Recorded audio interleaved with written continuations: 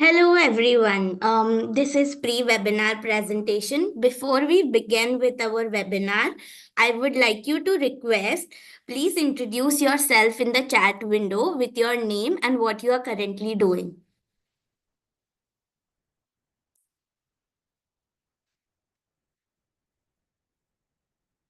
Turkey has organized a special 15 webinar series to celebrate Teach for India's 15th anniversary.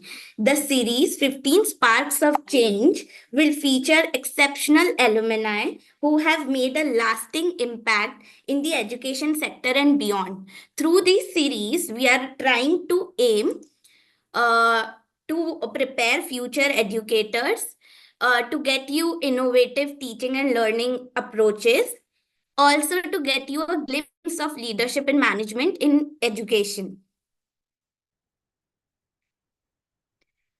This is the webinar third of 15 Sparks of Change, which is going to feature the topic Montessori philosophy and pedagogy in early years. This is a quick prompt. Go to the chat window and type what's one thing about November that reminds you of your school days. So you can quickly go to the chat window and put in your thoughts. I'll wait for 1 minute and then we'll move forward.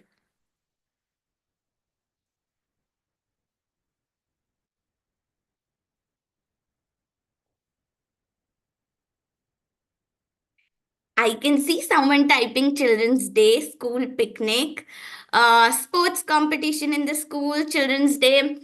Yes, and yeah, November is known for that. Absolutely. Moving forward, to make this experience productive and engaging, I will take you through some of the features on Zoom that will help you to keep up with the speed and the features. So the first thing is the mic button. You can click on the mic button to unmute and share your views. Use this feature only if speaker asks you to do so. Next to the mic button is the video button. You can click onto the video button to switch on and off your video. We highly recommend you to keep your videos on for interactive session. But in case if your bandwidth doesn't allow, you can keep your videos off as well. To the extreme right, you can see the chat button. You can click onto the chat button to put in your thoughts, question. I will take all your thoughts and questions, if any, and we'll take it to the speaker for the discussion. After the webinar, there are a couple of things that you can do. You can talk to people around you on what you have learned today. We remember the best when we share our learnings with others. You can actually practice this learning from the webinar in your work. You can also access the certificate and resources on our website and Firki app. To attend the next webinar and to get the updates. Red light में था To attend the next webinar and to get updates of the next webinar, you can sign up on our Figgy app. Hello everyone, this is your host Vani and I'm so delighted to be here and so excited to see you all here. There are a couple of norms for the session that we are going to practice. First, we request you to keep your cameras on for effective interaction. To avoid any kind of disturbance, we request you to keep your mics off unless speaker asks you to unmute. Use the chat window to ask questions or even raise hands in the middle. Participate enthusiastically throughout the session.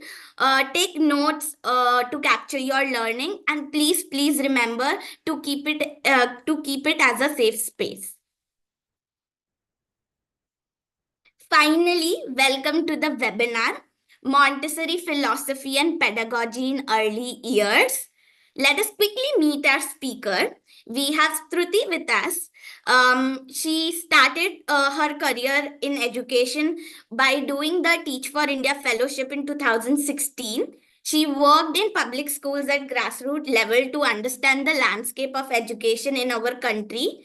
Post fellowship, she took up the role of curriculum and assessment developer in a private school. After that, she did some teacher trainer role and finally became a primary school leader, which excited her interest to pursue early childhood education.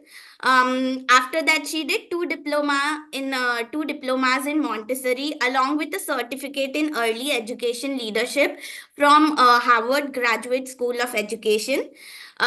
Today, she is currently leading a Montessori school which is known as Earth House. She's based out of Hyderabad and she's leading the school. Over to you, Sruthi. Really excited to see the learning experience that you create for our audience. Thank you, Vani. I'm also very excited to everybody here. And I've also seen in the chat box somebody say they're a Montessori teacher. So this might be very basic to those with a Montessori background. But what I'm aiming to create here for you in the next 30 to 40 minutes is to give you an overview about Montessori. We cannot possibly go deep into the method because the diploma is almost 10 months long. But I think I will be able to spark curiosity and interest about Montessori and its pedagogy. And you can go ahead and do your own research and see how you can take it forward into your setting. I'm going to be sharing my screen. Vani, please help me here if you can see my screen. Yes.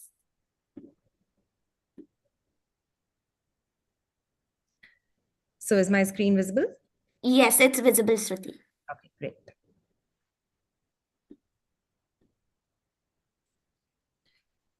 Right. So I'm primarily working with children in the age group 0 to 6 years. So I'll be talking more about the Montessori philosophy and pedagogy in the early years, that is 0 to 6 years, predominantly 3 to 6 years. So I've done my fellowship from 2014 to 2016 in Hyderabad in a government school. And I've taught really chirpy, naughty third and fourth graders. They were amazing. And they gave me this whole insight into, how teaching works. To me, what really stood out during the fellowship is how teaching is leadership. I think that was my biggest takeaway from the fellowship, because I always thought leaders were, probably Fortune 500 company CEOs or, big CFOs or COOs. I never thought that a teacher is a leader. And it introduced me to the concept of personal leadership as well. So that's why fellowship really, really played a very important role. And I will never forget that experience. If not for the fellowship, I don't think I'll be leading my own school today here. And some of the things that really I got exposed to during the fellowship was understanding the ed landscape in our country, right? So what are the different types of schools? We have the government schools, we have low income private schools, mid income private schools, high income private schools, and how are they all paced out in the city, and what kind of skills are required in order to teach in different settings, and how do we handle different demography that goes to these various kinds of schools. It gave me a lot of exposure to the ed landscape, and also developing a strong set of skills in curriculum and assessment development, where the skills were so scaffolded during the fellowship that it really helped me in my teaching years to prepare my students better for assessments, and also in my teacher training, where we have, out of all the numerous workshops that we have done for our teachers at the private school I work for, I think understanding how an assessment is developed, it really gave us an insight into modifying our teaching methods. And also understanding school management, because we think that, okay, being a school leader, we don't even use the word school leader a lot. At least maybe now it's more prevalent, but it's always we use principal, right? So when the moment we say principal, we only think about somebody walking down the corridors with their hands at the back and just seeing if everything is going right or wrong. But what about school culture? Right? How do we trickle that down to school classrooms and to classroom culture? How do we trickle it down to our teachers? How do we help our teachers have a collective vision for the school. I think all this was really possible for me, or all these concepts were really possible to understand for me because of the fellowship as well. And just understanding leadership as a whole. And how does leadership look like as a teacher trainer, as a curriculum developer, and head of school? I think I owe it all to the fellowship. And I thought, I should really put in this takeaway here to understand what led me to be where I am today. So after the fellowship, after all the experience that I've had, I have chosen Montessori. And the reason is because of this little one in this picture. This is my son 4 years ago. He's 4 now. And Montessori is very close to me because it taught me how to parent. And as maybe not many people know, Montessori starts from birth. And we have schools that also have Montessori programs until 18 years of age. So we've been practicing Montessori with my son since his birth. And I've done 2 diplomas in Montessori, 0 to 3 and 3 to 6. I'll tell you a little bit more about how you can also pursue a diploma if you're interested a little later. So yeah, and once you see the Montessori way, it's so difficult to just go back to any other style of teaching. And I think that's what happened to me. And here I am leading my own school. It's a very small neighborhood school, but I'm absolutely thrilled about it and very passionate about what we do with students here. So we've spoken a lot about me, and now it's time to talk about Montessori. This is Dr. Maria Montessori, who founded the Montessori method. So Dr. Montessori, she was one of Italy's first women doctors. I think she was what I call a daredevil of her age. And she was very, very determined to design an education approach that is developmental in nature with the children, because she was in an era, and even now, in fact, where we follow a very factory setup in the traditional schools, right? But she understood that that was not helping all children, and she wanted to focus on an education method that was more hands-on. So what did she do for that, right? So she did not sit in a room and theorize a philosophy that probably this is what we should do. She was out there on the field working with children, observing their behavior, understanding their development through this behavior. And then she translated all her observations into a very systematic education approach. And she did this by observing children for almost 2 decades across the globe. And she came up with what is the Montessori method now. She was training a lot of teachers using this method, of course, going back and forth and revising her method along as well. And today, what we see in all the training programs of the Montessori diplomas is what was designed by Dr. Montessori 100 years ago, but still, it's still relevant. And that's the beauty of this method, because it's rooted in human development. So maybe we might think, okay, Montessori is probably not very prevalent in India. But Dr. Montessori, she spent 7 years in India from 1939 to 1946. And she has trained nearly 1,500 teachers in India across 16 courses during this time. When she first landed in India, the plane was flown by Dr. Tata and Jamshedji. And she was flown to Chennai to the Theosophical Society, where her first training course was held. And around 100 plus teachers attended this course. And because of World War during that time, she couldn't go back to Europe. So she was placed in India under house arrest, but that did not stop her. She was taken to Kodaikanal, and that's where she started her own school. And the ideas of the elementary course, which is from 6 to 12 years, they took roots here in India. And prominent figures like Mahatma Gandhi and Rabindranath Tagore, they wrote to her very frequently and had these conversations if they could also implement some of the Montessori principles in their own settings in Shantiniketan and Sabarmati ashrams as well. So Montessori is not something that has come up recently in India. It has been there since a very, very long time. In fact, the first Montessori school in India dated back to 1915.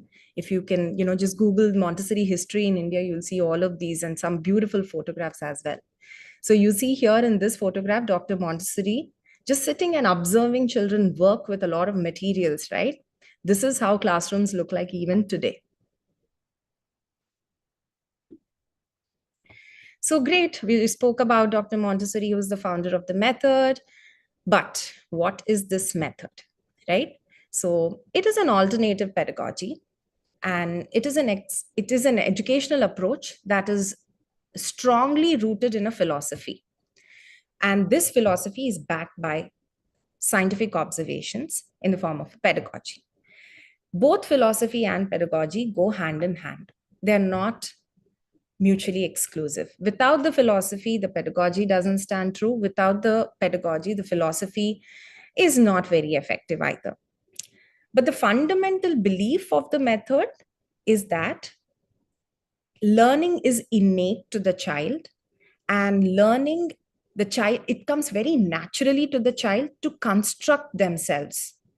And adults and the environment around the child, they are just facilitators. If the child learns something, the teacher need not take credit for it, because that is the true nature of the child, to learn, to work, to construct themselves, to be adults for tomorrow. And adults in the environment, the teachers, are just facilitators. This is the fundamental approach of the method. And the method caters to the development of the child at every stage. So the stages are divided into 4 planes as per the Montessori method. So 4 planes of development, as people call it in the Montessori jargon: birth to 6, 6 to 12 years, 12 to 18 years, and 18 to 24 years. In the first plane of development, from birth to 6, this is the time for rapid growth, and children absorb a lot of things happening in their environment. They are developing independence, right? The child is lying down maybe at 2 months age, and the child starts crawling at 10 months of age and starts walking when they are 12 months. So it's slowly gaining independence. And by the time they are 2 or 3, they're able to eat independently. They're able to dress themselves independently, use the toilet independently. So there's a lot of stride towards independence in this child. And there's a lot of language development that happens as well through hands-on exploration. And from 6 to 12 years, the child develops a reasoning mind. Now, they are all into imagination and reasoning, and they want to collaborate and learn with their peers. They're also exploring a lot of moral and social concepts with a very strong sense of social justice. 12 to 18 years, during this time, we call this the social self, where they're adolescents now, and the focus is on self-discovery and building social connections. They also are searching for purpose and independence and real world connections. 18 to 24 years, this is the adult self where they attain maturity. Here, the young adults, they want to work and they want to contribute to the community around them.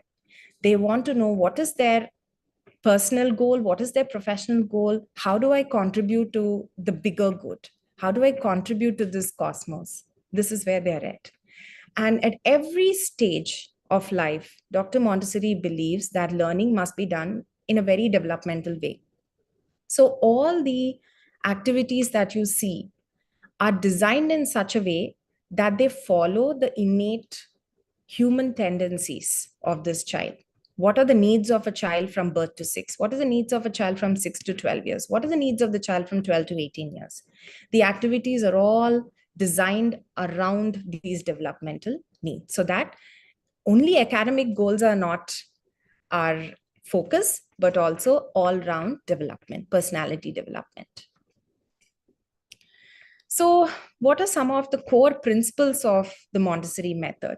These core principles are not just pertaining to a particular age group, but they are prevalent from 0 to 18 years. First and foremost is respecting the child. What does respecting the child mean? Not just how we say excuse me or please or thank you, but actually respecting the child's thoughts, the child's actions. And sometimes when we invite children to participate in certain activities, the children also say no. And we respect that. We give them some time to come back to us and ask for lessons. So, respecting the child is one of the fundamental non negotiable Montessori principles. Following the child's interests and needs. As it is, the activities are designed around the child's interests and needs. However, every child gets a lesson that is pertaining to their particular needs and interests. We usually do not push the children too much unless and until there is a reason to perform certain activities. Trust the child's ability to learn at their own pace. We give the children some room in order to figure out, what their interests are, and we go give lessons and go at their pace instead of rushing them. There might be a child who is 3.5 years performing activities which are probably for suitable for a 4-year-old, and there might be a 4-year-old who is still not ready for certain activities and might be doing some that are needed for a 3-year-old, but we're okay with it, and we respect that the child will reveal themselves.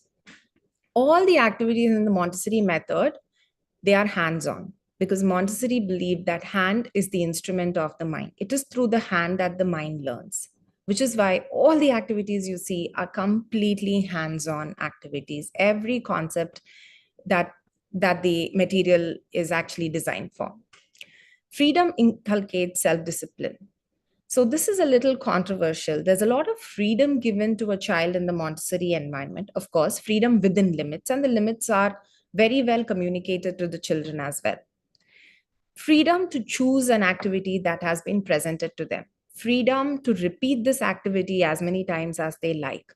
Freedom to choose where they want to work, a place of work. Freedom of speech, freedom to say no. A lot of things, they have choice, and we feel that this is what helps them inculcate an inner self-discipline rather than somebody,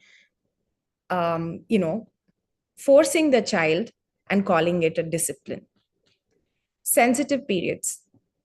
Sensitive periods are windows of development which are active during certain ages in a child. And in Montessori pedagogy, we believe that if this window of age has passed, the child might find very difficult to pick up certain concepts. For example, when a child joins a Montessori environment at around 2 years, 10 months, it's easier for the child to pick up a lot of language rather than a child joining us when they are 5 years old, because their interests at that time have passed and they are in need for something else. So sensitive periods are basically windows of development, which we feel that the right activity has to be given at the right time to that child. Otherwise, it might be very difficult for the child to pick up in the later years. So what happens during 3 to 6 years? How does Montessori method look like during 3 to 6 years? You can see this picture of a child working with life cycle of a frog. This child is 2 years and 10 months. However, this concept is communicated to the child in a very developmentally appropriate way using pictures and miniatures and reading books. So as you can see how a picture can speak more than 1,000 words, there are 3 very important elements in the Montessori environment, which is the environment, of course. Environment is the classroom, the adult who facilitates the environment, and all the materials which are available in the environment. There are 5 learning areas in Montessori in 3 to 6 years: practical life, sensorial, language, mathematics, and culture. And finally, the most important make or break of Montessori environments are the adults. A trained adult who follows both the Montessori philosophy as well as the pedagogical principles, who presents the lessons in the Montessori way, how they are supposed to. This adult is make or break of the method. This adult acts as the bridge between the child and the environment. And this adult is trained to handle these materials as well as the environment. So let us take a quick look at the environment, right? So I'm sure you can observe that the environment is filled with shelves, and each shelf has about 3 to 4 activities lined up in each rack of the shelf, right? And all these shelves, they're at the child's level, where the child would be able to pick up a certain activity, work with it either on a table or on a chowki or on a mat. And once the child has finished working with that particular material, the child will put that material back where it belongs so that somebody else can use it after them. The Montessori environment is very simple. It is designed for the child. In fact, Dr. Montessori called her first school as Casa dei Bambini, which is house of children. Even today, a lot of Montessori schools don't call themselves schools, they call them houses of children. That's why my school is also Earth House, because it's a house of children. It's designed for children.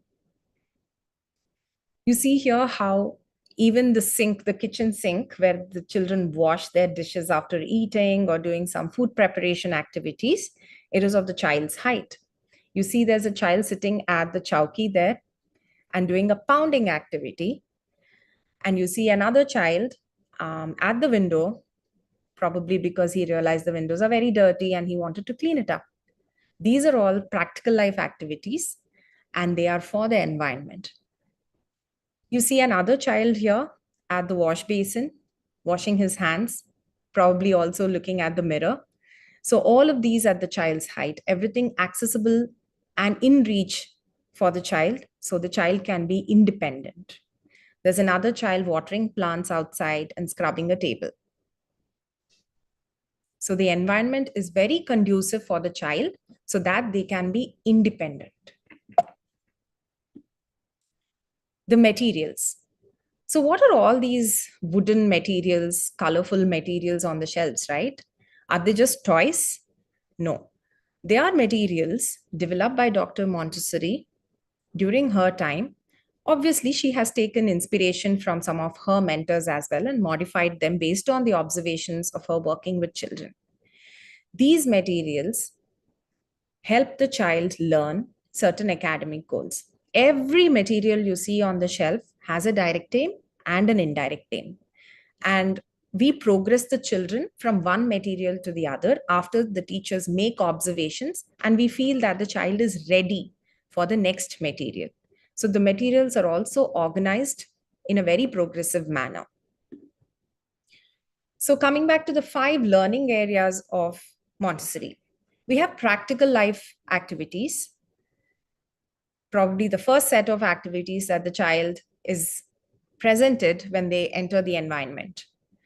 Elementary movements, care of self, care of environment, grace and courtesy. These are the broad categories that the activities fall into. Elementary movements are something which helps them refine their fine motor skills. Care of self is which helps them be more independent, either dressing themselves or it could be like having a button frame or folding napkins or helping them wash their hands. Care of environment is where you see this child mopping the floor. He's seen that, okay, there's some water spillage. So the child has a mop and is just started mopping the floor because he cares for his environment. You've also seen another child water plants. You've seen a child scrub a table or, wash a window. The children are taking care of their environment. Grace and courtesy is where the children develop social skills of saying, please, excuse me, thank you. How do we behave when somebody coughs, somebody sneezes? There are lessons for all of this that we demonstrate for children. Moving on to the next learning domain, sensorial activities. Dr. Montessori believed that children between 3 to 6 years, they have very strong sensorial development. It peaks during these years, and this is where we have to expose them to all the senses in a very purposeful way by designing activities that satisfy each and every sense. So there are activities and materials for visual sense, chromatic sense, olfactory, gustatory, thermic, acoustic, baric, touch, stereognostic. The picture here shows a girl practicing an activity which pertains to baric sense, or understanding how heavy or light an object is. This material is called baric tablets. If you see, the black and the wooden colored tablets are of different weights, and the difference between the weight of the between these tablets is only 13 grams. The child needs to weigh these tablets blindfolded, one in each hand, and understand if they which is lighter, which is heavier, and sort these tablets into heavy and light. So she's placing the heavy and the light tablets on either side of the table here.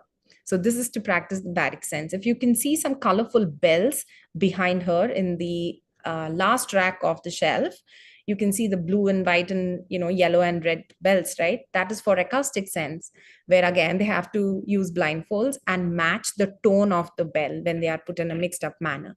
So thank you, Sakina. So there are various activities which are designed to help the children refine senses in the environment.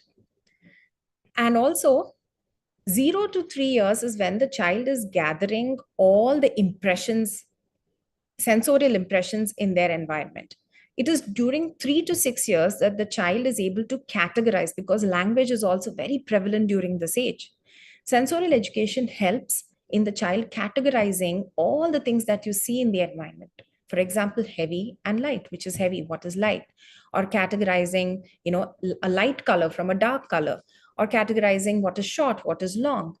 So there are multiple activities and materials available for the child to refine their senses. Language activities. So one of the prerequisites when the child is entering the 3 to 6 environment is the child should be able to speak words and make simple phrases and sentences. The reason being, as soon as the child enters the environment, we start off with a lot of oral exercises so we can build vocabulary of the child. We feel that vocabulary is the building block for language development in the child. Without understanding what the child wants to communicate, without giving that right vocabulary to the child, it's very difficult for the child to improve their speaking skills. And if the speaking skills are not in place, it's very difficult for the child to express themselves, and writing and reading take a toll. Which is why there are multiple activities, we call them classified pictures, where there are pictures which belong to each category, and we present these to the children in the form of small group activities. There could be pictures of different fruit, there are pictures of different birds, different vegetables, or what happens in a railway station, what happens in an airport. There are pictures for in these categories, and printed pictures, laminated pictures, and we have conversations around these pictures to improve the child's vocabulary. And once we see that the child is ready with vocabulary, that's when we start giving a lot of activities for the child to recognize that words are made up of sounds. And once the child is able to recognize, okay, you know what, these are the syllables in a word, or these are the sounds that a word is made of, we go ahead with introducing letters to the child in the form of sandpaper letters, where the child associates sounds with symbols. And once the child is very comfortable with identifying the sounds and the symbols, we introduce the child to writing without writing using the movable alphabet. Movable alphabet, the one that you see in this picture, is where there are small wooden letter cutouts. These letter cutouts help the child to write even before their fingers are developed to hold a pencil and write the letters, hence giving a child the right to express themselves. So we practice writing without writing. This child, 4 years old, is able to build 5-letter words using mobile alphabet without writing, but is able to still express. And then once the children explode into writing, they want to take a pencil and write, they explode into reading. And then we also have grammar activities that follow in language. Again, there are multiple materials. I really can't show you a lot of materials here, but I want to show you snippets of what happens in the Montessori environment to spark that interest and curiosity in you. Mathematics activities are all about hands-on work. There are so many activities that range for counting until division, multiplication, fractions. There are around 100 plus materials and activities for the child to practice multiplication, addition, division, subtraction, and all these hands-on materials, and also perform very advanced arithmetic operations using these materials. And they're just not two-digit numbers or three-digit numbers. They could go on till 4, 5, and even six-digit numbers. There are specific materials to help the child perform these activities. There is also a lot of geometry and fractions. There are a lot of fractions and geometry activities that happen in the Montessori environment as well. I think I keep telling this to a lot of my parents that once you see how math is taught in the Montessori environment, you will be so angry that you weren't taught this way, because this just stays with you forever. The materials are so beautiful. You see here some colorful chains behind this child. Sakina, if you can just round it. These are used for counting. Thank you. And materials are counting up to 1,000. And materials on the next shelf where that look like abacus, those are for performing addition and subtraction, division, and multiplication for beyond four-digit numbers. It's amazing how all these materials have specific direct aim and indirect aim, and it's amazing to watch children use these materials and do really, really advanced math. Then comes culture. Culture comprises of primarily geography, science, zoology, botany, and it all depends upon the adults and the environment. If you would want to add more topics to it, for example, we have added some theory like dances all over India, or dances all over the world, or musical instruments around the world, or famous sports persons in India, or famous sports persons around the world. It absolutely depends upon the adult, the scope and the depth of the curriculum. And we have to prepare these materials using the Montessori principles. However, there is a lot of material that is provided by the manufacturer himself for geography and zoology and botany. Science, we have to come up with the experiments. You see here this child working with the Europe map, right? So we also give lessons where the child can name the countries in this continent, can associate the country with its flag, and also name the capitals of all the countries. And this happens for all the continents. And finally, the adult in the environment, right? So what does the adult do? What is so special about the Montessori adult? The Montessori adult, the only goal of the Montessori adult is to observe the child's development. There are no tests or assessments in the Montessori environment, especially for this age group. The only thing which helps us understand how to progress this child from one activity to another is based solely upon the adult's keen observation. When we observe what the child is performing in the environment, and when we are confident the child is ready to move on to the next activity, that is when we present the next activity. And always, always instilling positive attitude among the children. And while working with the children, we never correct the child. We always teach without correcting. We figure out means of working with the child without correcting the child so that their confidence is not lowered. And which is why the observations made by the adult has to be so keen that we are confident the child can master an activity when we present them. And how do we become a Montessori adult? So first of all, understanding that Montessori is a mindset. You can always practice the Montessori philosophy, even if you are not teaching in a Montessori setup. You can be a Montessori parent. Your child need not even go to a Montessori school by following the Montessori principles, even at home. So we have to understand that Montessori is a mindset. Montessori is a philosophy first. And there's a lot of unlearning that one has to probably do to become a Montessori teacher. I think a personal example, I would give my example. During the fellowship consequences and rewards was so big, right? We had to lead a classroom using rewards and consequences. But when I joined the Montessori course, the only consequences that the child faces in a Montessori school are just positive consequences and very natural consequences. And how do I become a Montessori adult? Montessori courses are offered by AMI. You can take a note of this, and IMTC, Indian Montessori Training Courses. And the diplomas offered are 0 to 3, 3 to 6 years, 6 to 12 years, and 12 to 18 years. These are the diplomas which are offered. Pani, I think I'm ready to take questions if they have any. Thank you, Sruthi, for this. Dear participants, the floor is open for you. If you have any questions regarding Montessori education, how do you do this diploma, how to get all of it, even though Sruthi has provided you a lot of information regarding this. Yeah, you can come off mute and ask. Um, Ask it to Sruthi directly. She can address all your questions. Hi, Shruti. My name's Atri Basu.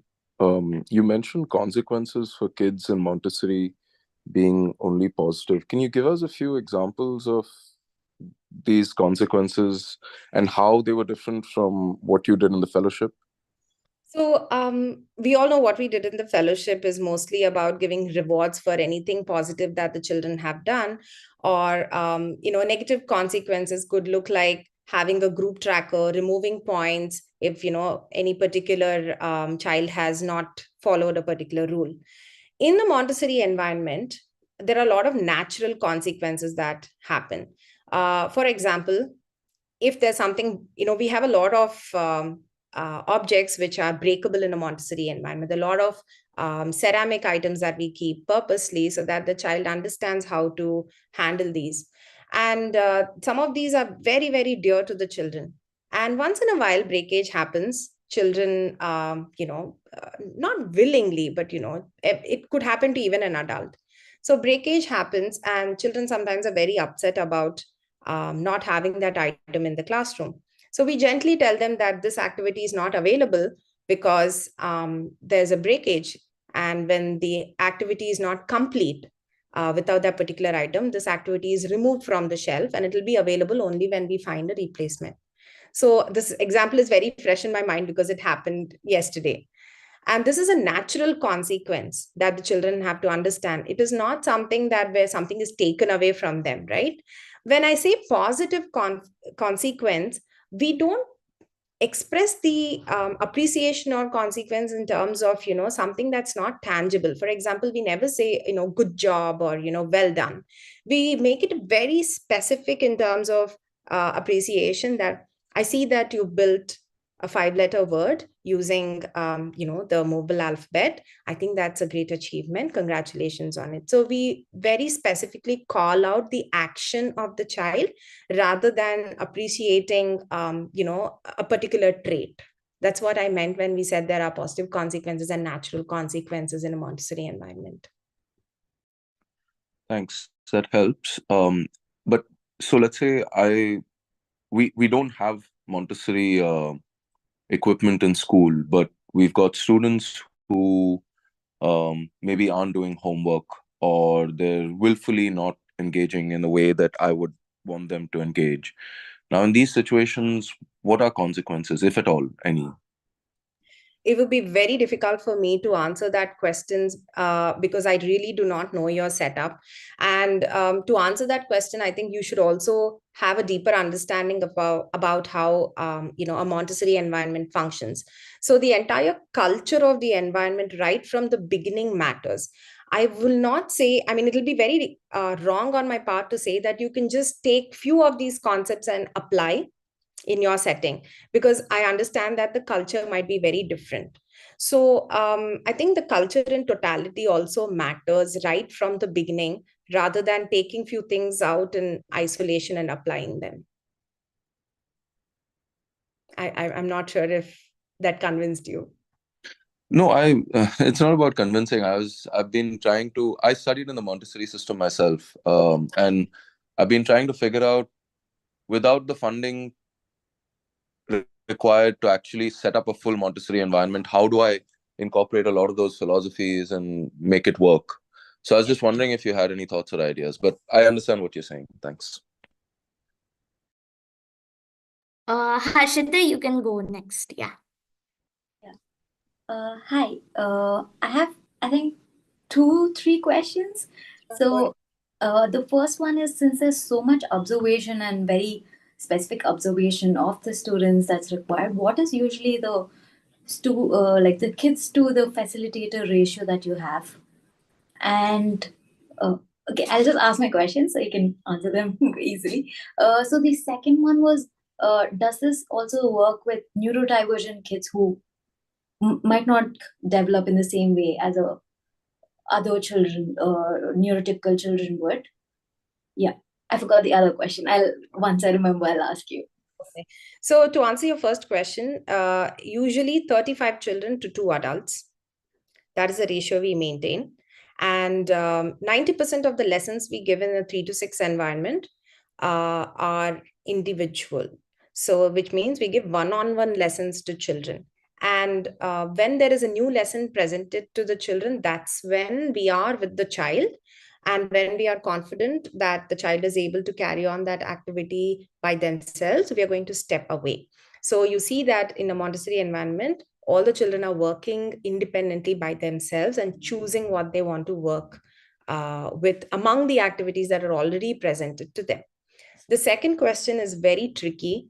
The opinion will be very divided, but if you ask my personal opinion, I wouldn't say that Montessori suits all children.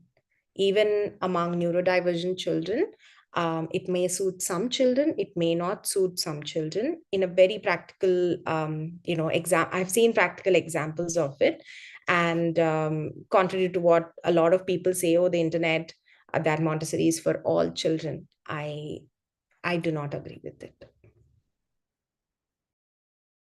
Yeah, thank you so much. I remember the other question. So, since it is possible that quite a few kids end up being iPad kids these days, or like phone kids, how does that affect or change when they join Montessori, and how do you navigate that? Is it still, are the activities still as exciting for the kids, or do you have to, is there like a period during which you have to get them used to non iPad stimuli and all of that? So, Sure, yeah. sure. So I that's a great question. I completely, agree with the drastic change they have, between the home environment and Montessori environment. They find Montessori environment very slow. It slows them down a lot. But the activities are such that they're very attractive. And they won't find these activities anywhere else outside, right? They don't find these in their houses because these are provided by like proper Montessori manufacturers. So I think that way they're quite attracted to the materials, and also because, like I said, children want to learn. It is there in them, and it is up to the adults how we interest them to get their hands on these activities and invite them to perform these activities repeatedly. So well, I think they know that they spend only 3 hours at school and they're anyways going to go back home to their iPad. So that's not a big issue. But I think over the years, what we see is how some of the children, they always want an adult to be with them. Whereas in Montessori, we expect children to work independently, right? I'm not saying all, but some of these children, they're always used to having an adult with them, and they expect the teacher to be with them while they work. So that is one of the issues that we're seeing, and we're trying to work around it.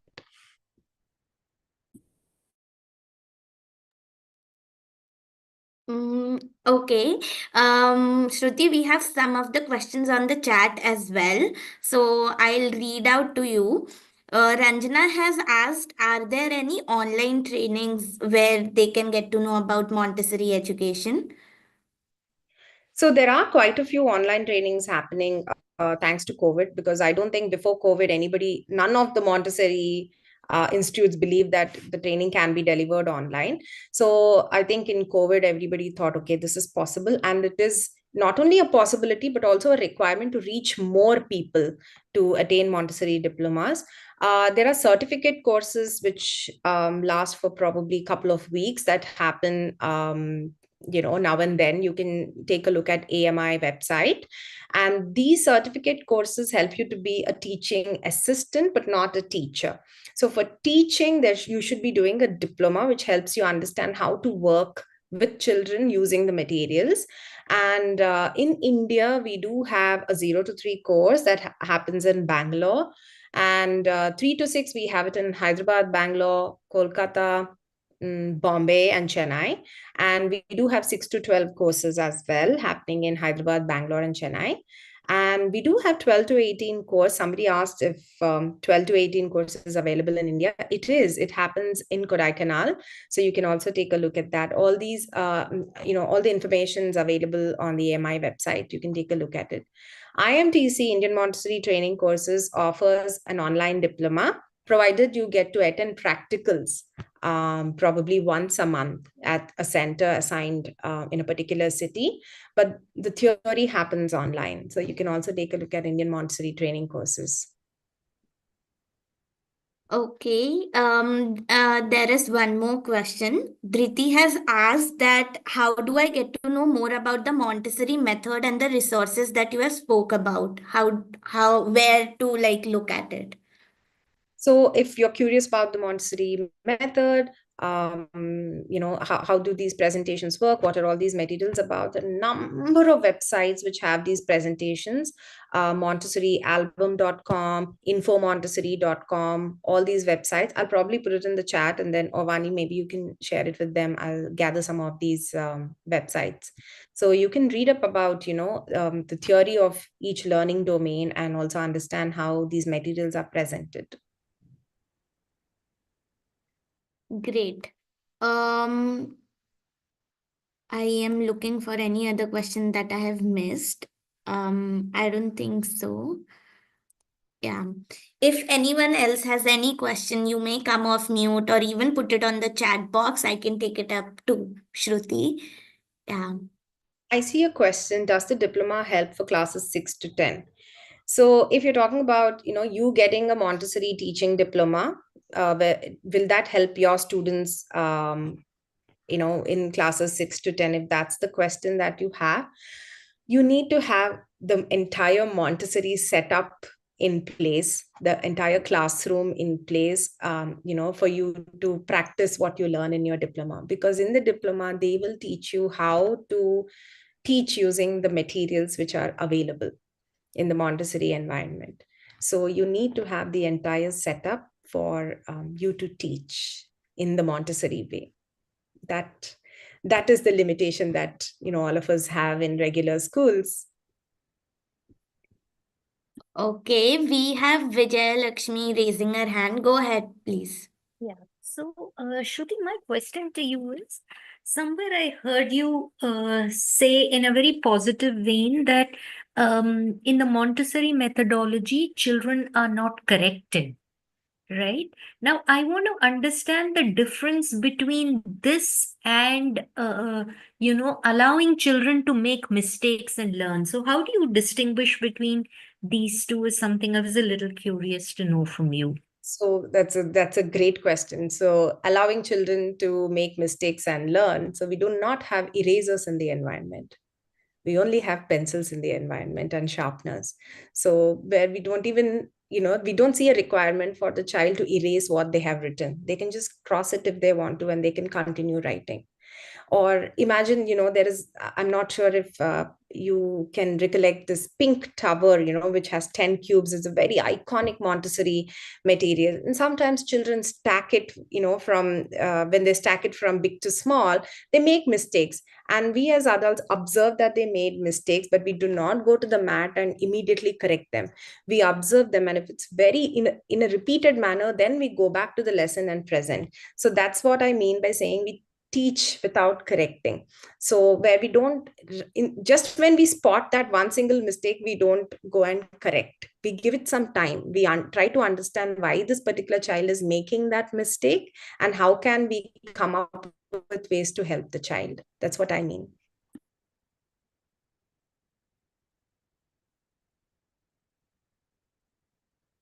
I hope, Vijayalakshmi, this answers your question. We have one more question on the chat. Sruthi, am I stuck for everyone?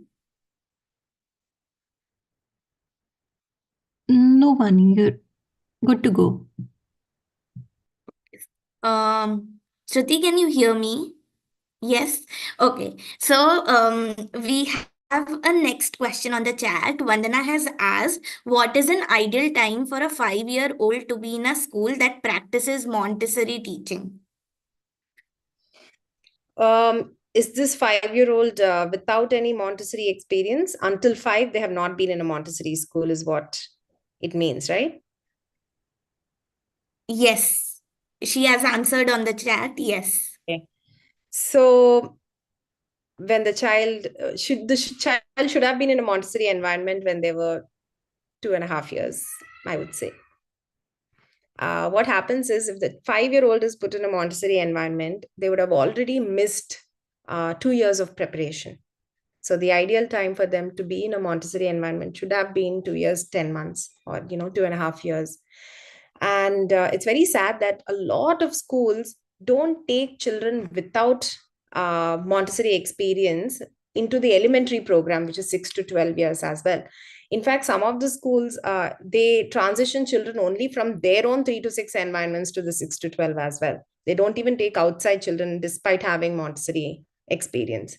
So there are quite a few limitations, and it's important. That's why we keep telling parents that if you are looking for a Montessori school for your child, start them as soon as possible. If the school starts when they are 1 year 5, 1 year 6 months, please put them in school when they're 1 year 6 months. That's what we say. Just start them as early as possible, and that's when they seamlessly integrate into the environment. I'm sorry.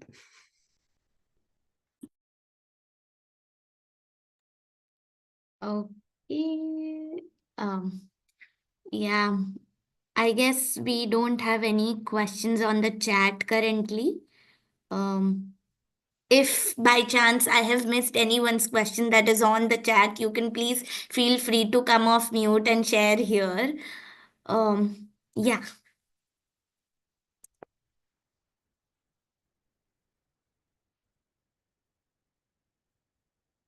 We'll wait for like 2 minutes, Shruti, if someone has any question. And then yeah, we can close it out if no one has any question.